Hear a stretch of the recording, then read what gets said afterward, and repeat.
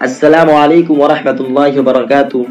پیارے مسلمان بھائیوں اور بہنوں اور پیارے بچوں، آج انشاءاللہ ہم سب اس ویڈیو میں جانیں گے بیت الخلاء سے باہر نکلنے کی بعد کی دعا کیا ہے۔ اس سے پہلے والی ویڈیو میں ہم نے بیت الخلاء میں جانے سے پہلے کی دعا بتا دیے ہیں، تو آئیے جانتے ہیں بیت الخلاء سے باہر نکلنے کے بعد کی دعا کیا ہے۔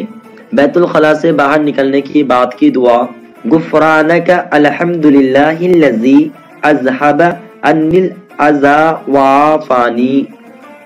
ترجمہ: اے اللہ، میں آپ سے مغفرت چاہتا ہوں، تمام تعریفیں اللہ کے لیے ہیں جس نے مجھ سے تکلیف کو دور کیا اور مجھے عافیت بخشی۔ تو پیارے مسلمان بھائیوں اور بہنوں، یہ ہے بیت الخلاء سے باہر نکلنے کی بعد کی دعا۔